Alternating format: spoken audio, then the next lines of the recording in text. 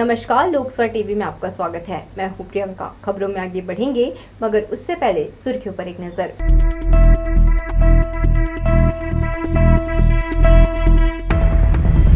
सरकार के बेरोजगारी भत्ते का भाजयुमों ने किया विरोध। राज्य सरकार पर युवाओं को ठगने का आरोप। सुप्रीम कोर्ट के आदेश ने खोला नियुक्तियों का रास्ता।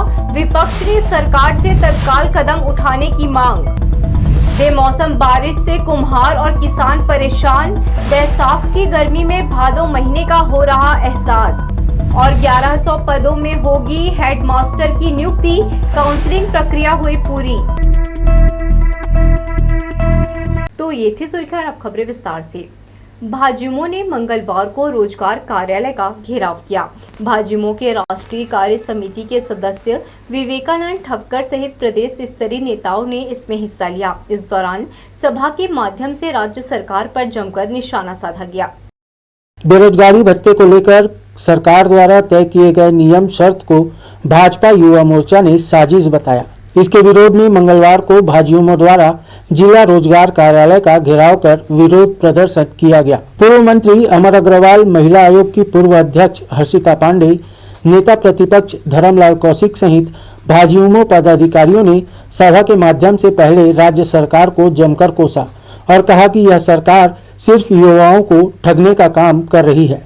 19 लाख बेरोजगार हैं और 57,000 लोगों को पैसा देने की बात कहती है।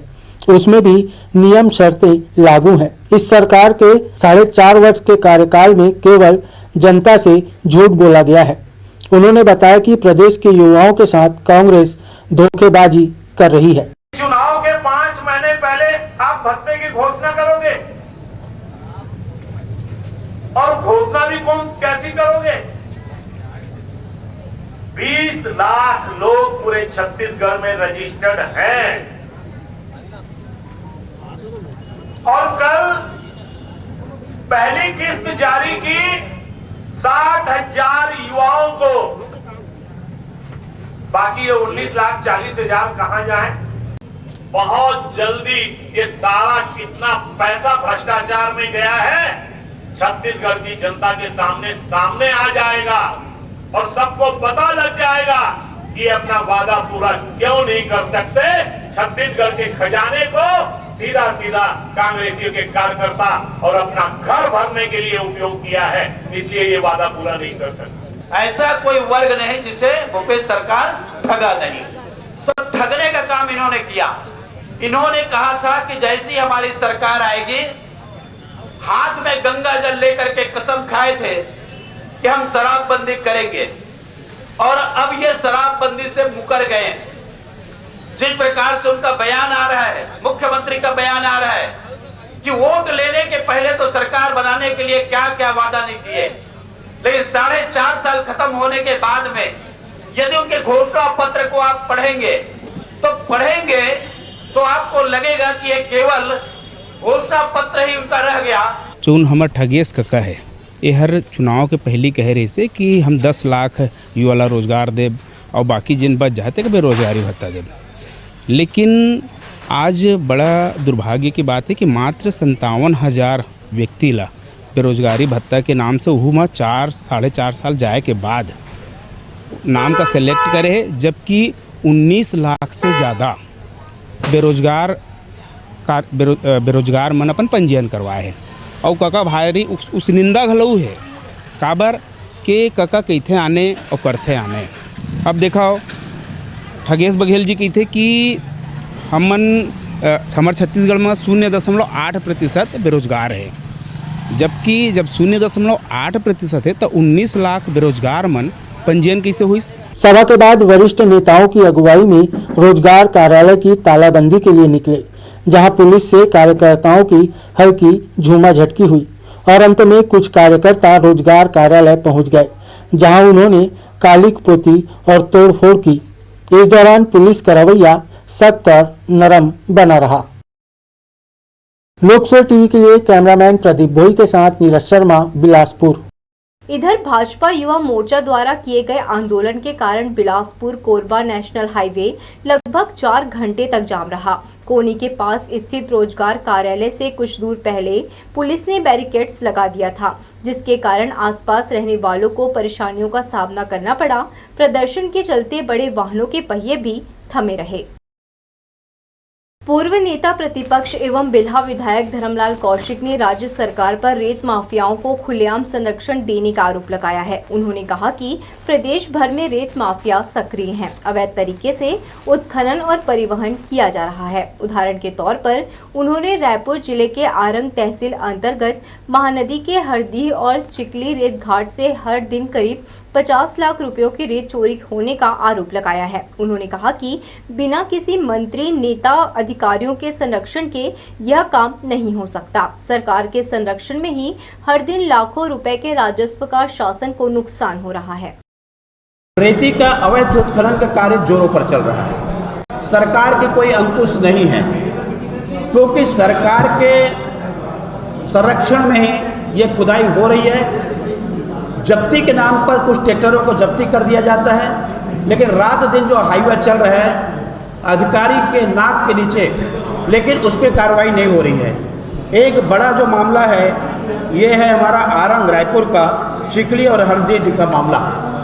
एक दिन में लगभग 50 लाख के दोनों खदान से, दोनों मतलब रेत घाट से अवैध रेत उत्खनन हो रहा है, लेकिन अवैध रेत उत्खनन होने के बाद भी उनके ऊपर कार्रवाई नहीं हो रही है। कलेक्टर सौरभ कुमार के निर्देश पर जिला पंचायत के सीईओ अजय अग्रवाल ने साप्ताहिक जनदर्शन में जिले के विभिन्न क्षेत्रों से आए लोगों की समस्याएं सुनी।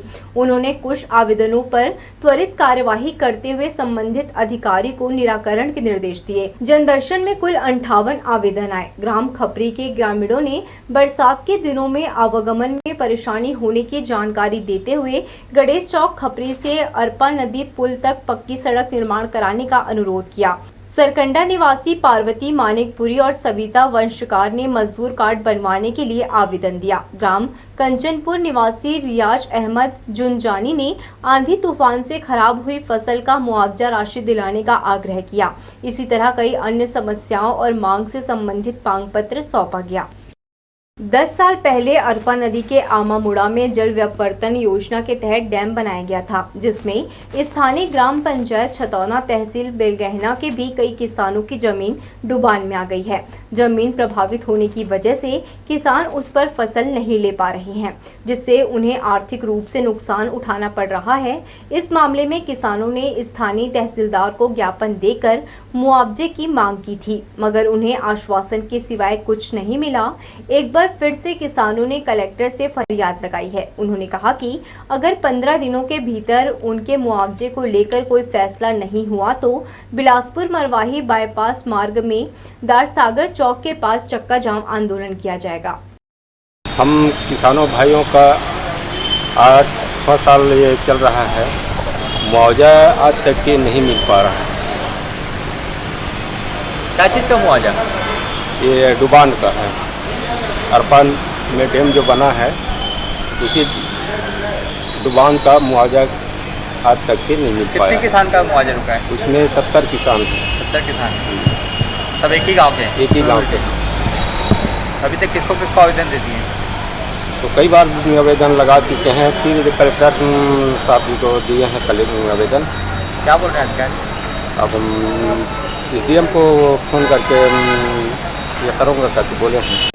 पूर्व नेता प्रतिपक्ष एवं बिल्हा विधायक धर्मलाल कौशिक ने मंगलवार को भाजपा कार्यालय में पत्रकारों से चर्चा की। उन्होंने कांग्रेस सरकार पर आरोप लगाया कि जिन लोगों ने जारी 58% आरक्षण को हाईकोर्ट में ले जाकर आपत्ति लगाई थी, उन्हीं लोगों को इस सरकार में अहम पद बांटकर उनका सम्मान किया गया है। श्री कौशिक ने सीधा आरोप लगाया कि कांग्रेस की सरकार आरक्षण के खिलाफ है। पत्रकारों से चर्चा करते हुए विधायक धर्मलाल कौशिक ने एक दिन पहले सुप्रीम कोर्ट के आए फैसले का स्वागत किया। उन्होंने कहा कि 2012 में तब के मुख्यमंत्री डॉक्टर रमन सिंह ने 58% आरक्षण को लागू किया था और तब से लोगों को इसका लाभ मिल रहा था, मगर कांग्रेस गवर्नमेंट आने के बाद कांग्रेस के करीबियों ने आरक्षण को हाईकोर्ट में चुनौती दे दी, जिसकी वजह से हाईकोर्ट बिलासपुर ने 58% आरक्षण पर रोक लगा दी थी। सुप्रीम कोर्ट ने रोक को हटाकर तत्काल रिक्त पदों पर भर्ती करने के निर्देश राज्य सरकार को दिए हैं। श्री कौशिक ने आरोप लगाया, कांग्रेस सरकार ने उन्हीं लोगों को आयोग और उच्च पदों पर बिठाया है जिन लोगों ने आरक्षण को हाईकोर्ट में चुनौती दी थी। इसका मतलब कांग्रेस पार्टी आरक्षण विरोधी है। आरक्षण से उनको कोई लेना देना नहीं है। कांग्रेस उसमें केवल लाभ लोगों को ना मिले इसलिए कोर्ट में 2 लोगों को भेजा गया, कुणाल शुक्ला को भेजा गया, देव खांडे को भेजा गया, पद्मा मनहर को भेजा गया। लेकिन भेजने के बाद में उनकी नीयत दिख रही कांग्रेस की कि जो लोग कोर्ट में गए तो खांडे को आयोग का अध्यक्ष बनाया गया अनुसूचित जाति का, और एक कुणाल शुक्ला को शोधपीठ का कबीर शोधपीठ का अध्यक्ष बनाया गया। इसका मतलब ये है कि जो लोग कोर्ट में गए और आरक्षण जिनके कारण खत्म हुई, कांग्रेस ने उसका सम्मान किया। ये कांग्रेस के नियत लोगों को आरक्षण देने की नहीं है बल्कि उस पर राजनीति करने की है। श्री कौशिक ने सुप्रीम कोर्ट के फैसले पर खुशी जाहिर करते हुए कहा कि अब राज्य के विभिन्न विभागों में खाली पदों पर राज्य सरकार को भर्ती किया जाना चाहिए। सुप्रीम कोर्ट में रोक को हटा दी गई है, अब आरक्षण का पूरा लाभ मिलेगा। 58% हमने जो दिया था बहुत सोच समझ करके दिया था, और सोच समझ के देने के बाद में आज सुप्रीम कोर्ट ने उसकी पुष्टि कर दी है कि 58% का लाभ लोगों को मिलेगा।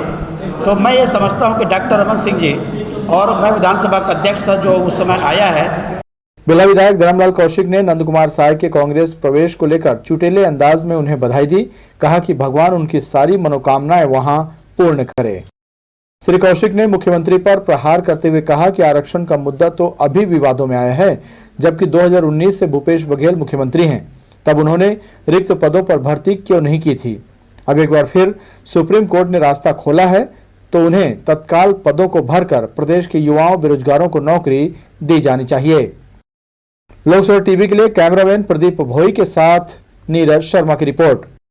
रेस्ट हाउस कॉलोनी रतनपुर में रहने वाली प्रार्थी अनीशा बेगम ने पुलिस महानिरीक्षक से लिखित शिकायत करते हुए परेशान करने वाले 3 लोगों पर उचित कार्यवाही की मांग की है। उन्होंने बताया कि दामोदर सिंह छत्री, राजा और रवि रावत के विरुद्ध लिखित में आवेदन दिया जा चुका है, मगर रतनपुर पुलिस किसी भी तरह की कोई कार्यवाही नहीं कर रही है। खरीदे गए मकान को लेकर 1.5 लाख रुपए की ब्लैकमेलिंग करने वाले तीनों लोग उनके मकान में तोड़फोड़ भी कर चुके हैं। जान पर खतरा बताते हुए पीड़िता ने पुलिस महानिरीक्षक से उचित कार्यवाही की मांग की है।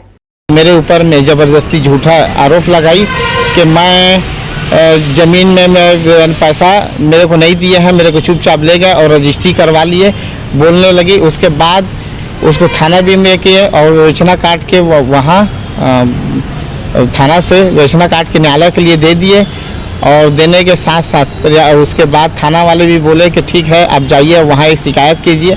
अब वो चुप हो गए। उसके बाद मेरे लड़के का ऑपरेशन जब हुआ भी हाल में 10 दिन पहले, उसके बाद भी बोलने लगा कि दामोदर मेरे को तू पैसा दे रहा है तो 1 लाख रुपया दिया है तो मैं डोगरी को हटवा देता हूँ और केस को खारिज कर डोगरी को किसी के घर में शिफ्ट कर दूंगा, और शिफ्ट करने के बाद और तू मेरे को 50,000 दे। आदिम जाति कल्याण कर्मचारी संघ के बैनर तले विभिन्न छात्रावास आश्रमों में दैनिक वेतन भोगी के रूप में काम करने वाले कर्मचारियों ने ग्रीष्मकालीन अवकाश के दौरान नौकरी से पृथक नहीं करने की मांग जिला प्रशासन से की है। उन्होंने बताया कि गर्मी की छुट्टी की वजह से उनको तनख्वाह नहीं मिलती है। कर्मचारियों ने कलेक्टर से निवेदन किया है कि उन्हें पूरे 12 महीने की सैलरी दिया जाए ताकि उन्हें आर्थिक स्थिति का सामना न करना पड़े। उन्होंने कहा अगर ऐसा नहीं किया गया तो परेशान होकर कर्मचारी संघ के तमाम लोग आंदोलन करने के लिए मजबूर हो जाएंगे। लगातार 15-16 साल से काम कर रहे हैं। आज की डेट में 2 महीने के लिए ग्रीष्मकालीन के नाम से बैठा दिया जा रहा है। हमारा छोटे छोटे बच्चे हैं, परिवार है, और अब जाएं तो जाएं कहाँ। हम चाहते हैं, शासन से मांग करते हैं कि हमारे बैठाए गए कर्मचारी भाई लोग को वापस काम में लिया जाए, और शासन का जो भी नियम है उनसे हमें अवगत करा जाए। अगर शासन का कोई ऐसा आदेश मंत्रालय से या शासन प्रशासन से आया है स्पष्ट, तो हमें अवगत कराए। और जानबूझ के हमारे वेतन में भी कटौती किया जा रहा है। मिट्टी से भरा हाईवा नाले में जा गिरा। यह हादसा सोमवार देर रात कश्यप कॉलोनी के पास हुआ। हादसे में बचा ड्राइवर के अनुसार वो मिट्टी भर कर जा रहा था, तभी कीचड़ में फिसलकर हाईवा पीछे की तरफ नाले में पलट गया। जवाली नाला से जोड़ने यहां एक और नाले का निर्माण किया जा रहा है। ठेकेदार ने निर्माण स्थल पर सुरक्षा का कोई इंतजाम नहीं किया है। नाली चल रहा था, मिट्टी बगल में डालना था, यहाँ ब्रेक फेल हो गया, पीछे हो गया गाड़ी, फिर पलट गया। ब्रेक ही नहीं लगा, ब्रेक मारा हूँ, रुका नहीं गाड़ी। इस साइड में स्टीयरिंग जाम हो गया, इधर नाले में मिट्टी भरा था। बेमौसम बारिश से कुम्हारों का बड़ा नुकसान हुआ है। गर्मी के 3 महीनों में प्री दिवाली समेत लोकल तीज त्योहार के लिए मिट्टी के बर्तन खिलौने बनाने का काम बारिश ने रोक दिया है। इससे मिट्टी की आवक में भी कमी आई है। गर्मी के मौसम में अगली सीजन का काम किया जाता है।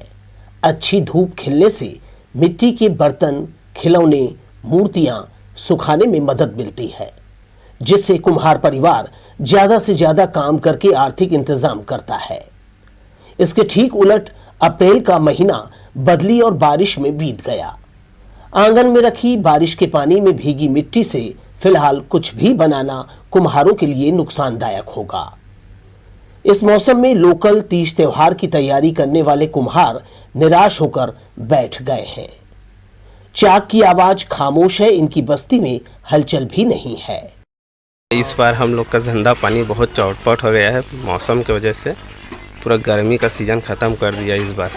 घड़ा है, सुराही है, गल्ला है, कुंदानी है, जैसे मिट्टी के मूर्तियाँ हैं, ये सब बनाते हैं। अभी बरसात में तो नहीं बना पाते हैं, अभी बना कर रखते हैं तो बरसात में कलर करते हैं। पानी गिर रहा है तो मिट्टी कहाँ से मिलेगा? खेत में तो पानी ही पानी है, मिट्टी नहीं मिल रही, दिक्कत हो रहा है माटी के। और अभी कुछ बना के रखे हो, सूखा नहीं है? नहीं सूखा है, मौसम है ना, इसीलिए कहाँ सूखेगा। अभी मौसम बहुत परेशान कर दिया इस बार, सूख नहीं रहा है, बना रहे हैं जो। बेमौसम बारिश हो रही है, इससे वातावरण में गर्मी गायब है। ऐसे में घड़े सुराही का मौसम बीता जा रहा है। गर्मी में वर्षा से कुम्हार परिवार दोहरी आर्थिक क्षति झेल रहे हैं। जुलाई माह से हरेली, पोला, खमरछठ, जन्माष्टमी, तीज, दशहरा और इसके बाद दीपावली त्योहार आता है। कुम्हारों के लिए इस सीजन की तैयारी करने गर्मी का मौसम अनुकूल रहता है। अनचाहे मौसम से खुले मैदान, नदियों, तालाब से मिट्टी निकालना मुश्किल हो गया है। इससे आगे चलकर मिट्टी का भाव बढ़ना तय माना जा रहा है। कैमरामैन सतीश साहू के साथ दिलीप जगवानी, लोकसभा टीवी, बिलासपुर। बेमौसम बारिश और उमस के चलते जहां लोग बीमार पड़ रहे हैं, वहीं दूसरी ओर इस बारिश ने सब्जी की खेती करने वाले किसानों को रुला दिया है। रुक रुक कर हो रही बारिश ने किसानों की उपज का काफी नुकसान किया है, जिससे मेहनतकश काफी चिंतित नजर आ रहे हैं। मौसम के बिगड़े मिजाज के चलते पूरे प्रदेश में 3-4 दिनों से बारिश हो रही है, जिसका असर आम जनजीवन पर पड़ रहा है। बारिश और उमस से अधिकांश घरों में लोग बीमारी की चपेट में आ गए हैं। इस बारिश ने फसल को भी अपनी चपेट में लिया है। किसान बताते हैं कि बारिश के चलते टमाटर, करेला, कुमड़ा, लौकी, तरबूज जैसे कई सब्जियां और फल को काफी नुकसान हुआ है। बारिश अधिक होने से पत्तियां गलने लगी हैं और सब्जियां खराब होने की कगार पर हैं। आगे अगर बारिश इसी तरह होती रही तो सब्जी की फसल पूरी तरह बर्बाद हो जाएगी। सब्जी मल्ला तो बहुत नुकसान हुए भैया, जैसे कि टमाटर है पूरा जल जावा थे, अंदर से टमाटर सड़ जावा थे बेमौसम बारिश के नाम से। करेला है, अपन कुमड़ा है, लौकी है, खरबूजा है, लगभग सब टाइप के सब्जी मल्ला बहुत नुकसान हुआ थे अभी बेमौसम बारिश के नाम से। धान पर तो खैर उतना नुकसान नहीं हुआ थे, लेकिन गेहूं है और चना है, तिवरा है, इंखर पर तो पूरा नुकसान है। लगभग 80 से 90% नुकसान हो जावा थे अभी बेमौसम बारिश के नाम से। इस बारिश से धान की फसल को कोई नुकसान अभी फिलहाल नहीं हुआ है। अब देखना यह होगा कि किसानों के लिए खराब ये मौसम कब तक यूं ही बना रहेगा। लोकसभा टीवी के लिए बिल्हा से धीरेन्द्र मेहता की रिपोर्ट। बिल्हा क्षेत्र के ग्रामीण अंचल में जल स्तर बनाए रखने एनीकट का निर्माण कराया गया था, मगर नगरौड़ी ग्राम पंचायत के इस एनीकट को देखकर लगता है कि भ्रष्टाचार हुआ है। एनीकट से लगी जमीन से खनिज तस्कर मिट्टी मुरुम खोद कर ले गए हैं। अब ना तो इस एनीकट पे पानी रुकता है और ना ही लोगों के यह काम आ रहा है। करोड़ों की लागत से बना यह एनीकट तस्करों की भेंट चढ़ गया है। जिला मुख्यालय के जनदर्शन में तहसील सीपत के अंतर्गत ग्राम खैरा डंगनिया में रहने वाला एक परिवार अपनी समस्या लेकर पहुंचा। परिवार में पति पत्नी दोनों दिव्यांग हैं। आवेदक राधे श्याम सूर्यवंशी ने बताया कि उसकी पत्नी बृहस्पतिबाई सूर्यवंशी दोनों आंखों से देख नहीं सकती, वहीं वह खुद दोनों पैर से दिव्यांग हैं। जिला प्रशासन से इस परिवार ने आवास की मांग की है। इनका कहना है कि वह कमाने खाने बाहर चले गए थे, जिसकी वजह से उनके पास मकान नहीं है। आवास मिल जाने से अब वे बाहर न जाकर यही काम करेंगे और परिवार का लालन पालन करेंगे। खैडगनिया से आया हूँ, मेरे 2 बच्चे हैं और बीवी और मैं दोनों चारों बंदे आए हैं। दोनों मियाँ बीवी हम दोनों विकलांग हैं और मैं आवास के लिए आया हूँ। मेरा रहने उन्हें का ठिकाना नहीं है। मैं कभी हरियाणा रहता हूँ, कभी दिल्ली रहता हूँ और मेरे बच्चे ये शिक्षा के लिए ये है और 5-7 साल हो गए अभी तक इनका मैं एक जगह रह सकता हूँ तो मैं इनको पढ़ा सकता हूँ। अब कलेक्टर साहब से आया हूँ कि मेरे को कुछ संविधान दिला दे कि आवास दे देगा तो मेरे बच्चा शिक्षा पा जाएगा। उस कारण मैं आया हूँ और कलेक्टर साहब को आवेदन दिया हूँ। बढ़ेंगे हम खबरों की ओर, मगर इससे पहले सुर्खियों पर एक नजर।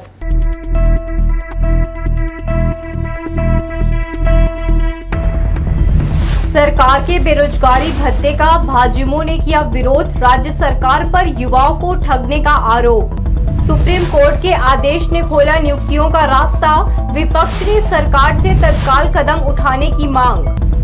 बेमौसम बारिश से कुम्हार और किसान परेशान, बैसाख की गर्मी में भादो महीने का हो रहा एहसास।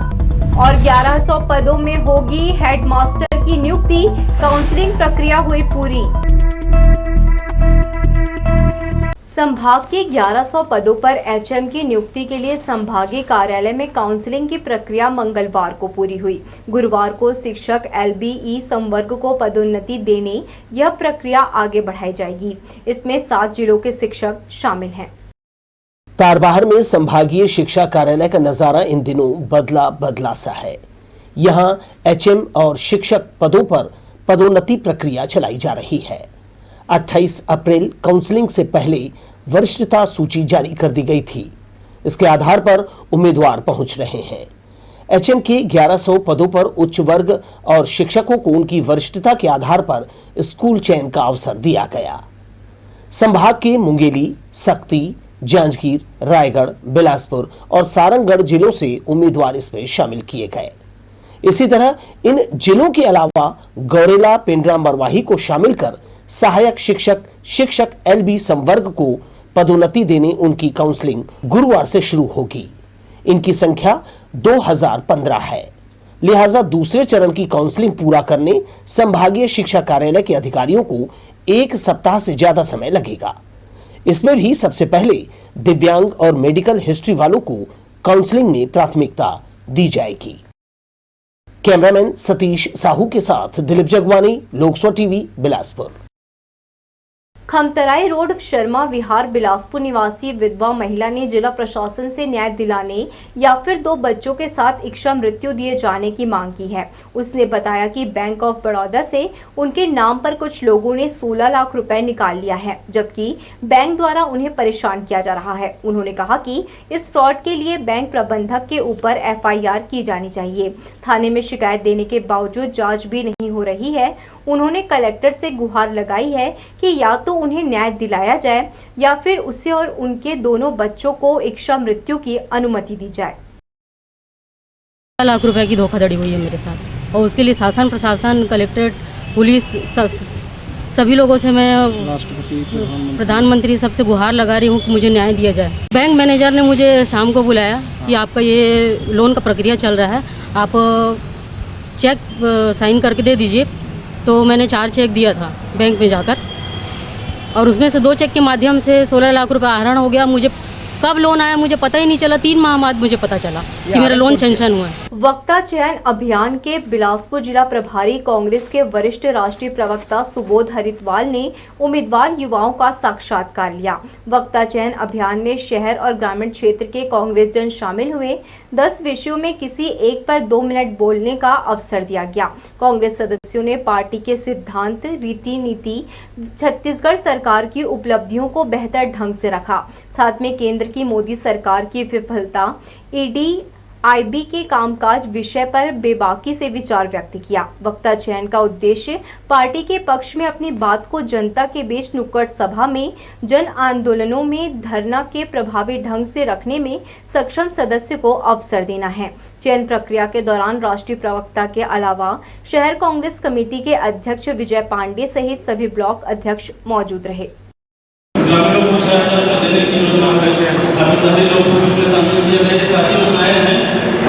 सरकार की उपलब्धियों की बात की जाए तो हमारी सरकार लगभग सारे दिशाओं में अपनी योजनाओं को लागू करने में और छत्तीसगढ़ के जन जन तक पहुँचने में हमारी सरकार उसमें सफल रही है। चाहे मुख्यमंत्री के माध्यम से हो, कार्यकर्ता के माध्यम से। जिला कोषालय में सहायक ग्रेड 1 के पद पर कार्यरत ओम प्रकाश अग्रवाल सेवानिवृत्त हुए। इस अवसर पर अधिकारी कर्मचारियों ने विदाई समारोह रखा। वरिष्ठ कोषालय अधिकारी विकास सिंह ठाकुर ने शॉल, श्रीफल और पुष्पहार से ओम प्रकाश अग्रवाल का स्वागत किया और उनके निरोगी जीवन की कामना की। अतिरिक्त कोषालय अधिकारी सौमित्र प्रधान, सहायक संतोष यादव, सुजीत सिंह पात्रे समेत स्टाफ इस अवसर पर मौजूद रहा। सरल स्वभाव, कोई भेदभाव नहीं, बहुत अच्छा सेवा, निष्ठावान व्यक्तित्व। उनके भावी भविष्य के लिए ढेरों शुभकामनाएं। उनका परिवार कुल हमेशा मुस्कुराता रहे, हंसते रहे। ढेरों शुभकामनाएं के साथ। भारी अव्यवस्था के बावजूद रेल प्रशासन ने जल्दबाजी में 4 और ट्रेनों का स्टॉपेज उसलापुर में दे दिया है। यहां सबसे प्रमुख शेड की समस्या है। इसके चलते यात्रियों को उसलापुर स्टेशन से सफर करना महंगा पड़ रहा है। हाल ही में हुई वर्षा के चलते बिना शेड वाले इस स्टेशन में यात्रियों को कितनी दिक्कत हुई, इसे तो यात्री ही बयां कर सकते हैं। रेल प्रशासन इस स्टेशन के जितने हिस्से में शेड होने की बात कह रहा है, उसकी पोल भी वर्षा के दौरान खुल गई। सोमवार से तो इस स्टेशन में 2 और ट्रेनों का ठहराव शुरू हो गया है। अब सारनाथ एक्सप्रेस और अमरकंटक एक्सप्रेस के यात्रियों को भी परेशानियों का सामना करना पड़ रहा है। सोमवार की रात जब उसलापुर स्टेशन में दोनों ट्रेनें आई तो यात्रियों की भीड़ यहां देखते ही बढ़ रही थी। प्लेटफॉर्म के अंदर का नजारा तो रेलवे अधिकारियों की नाकामी को बयां कर रहा था। अंदर हो या स्टेशन के बाहर केवल अव्यवस्था ही यहां नजर आ रही है। यात्रियों की भीड़ से चहल पहल रहने वाले जोनल स्टेशन में सन्नाटा पसरा हुआ है। खासकर प्लेटफॉर्म नंबर 1, 6 और 7, 8 में ढूंढने से भी यात्री नजर नहीं आ रहे हैं। दरअसल कटनी रेल खंड की ट्रेनें इन्हीं प्लेटफॉर्म से गंतव्य के लिए रवाना होती हैं। वहीं कोयला परिवहन के चलते प्लेटफॉर्म नंबर 1 पर यात्री ट्रेनों का स्टॉपेज कम कर दिया गया है। इधर ट्रेन सुविधा नहीं मिलने से यात्रियों की दिक्कतें बढ़ गई हैं। दोपहर 12 बजे के बाद से स्टेशन में सन्नाटा पसर जाता है। मंगलवार को जहां बिलासपुर स्टेशन में यात्रियों के पैर रखने की जगह नहीं होती थी, वहीं जम्मू तवी एक्सप्रेस के उसलापुर होकर चलने से बिलासपुर रेलवे स्टेशन में पूरी तरह सन्नाटा पसरा नजर आया। रेलवे स्टेशन पर इलेक्ट्रॉनिक रिजर्वेशन चार्ट डिस्प्ले लगाए गए थे। एलईडी के रूप में लगे ये डिस्प्ले विशेष तौर पर सभी यात्रियों को टिकट का स्टेटस बताते हैं। जिनकी टिकट वेटिंग लिस्ट में है या फिर रिजर्वेशन अगेंस्ट कैंसिलेशन में है, उनको अब राहत मिलने वाली है। दरअसल पिछले कुछ समय से यह डिस्प्ले खराब हो चुके थे। रेलवे अब जोनल स्टेशन में नया चार्ट डिस्प्ले लगा रही है। इलेक्ट्रॉनिक रिजर्वेशन चार्ट डिस्प्ले लग जाने से एक बार फिर यात्रियों को काफी राहत मिलेगी। जोनल स्टेशन से लेकर तोरवा थाना तक सड़क काफी जर्जर हो चुकी है। यही नहीं, रेलवे परिक्षेत्र की कई सड़कें हैं जिनका इन दिनों बुरा हाल है। लोगों को यहां से गुजरने में परेशानी हो रही है।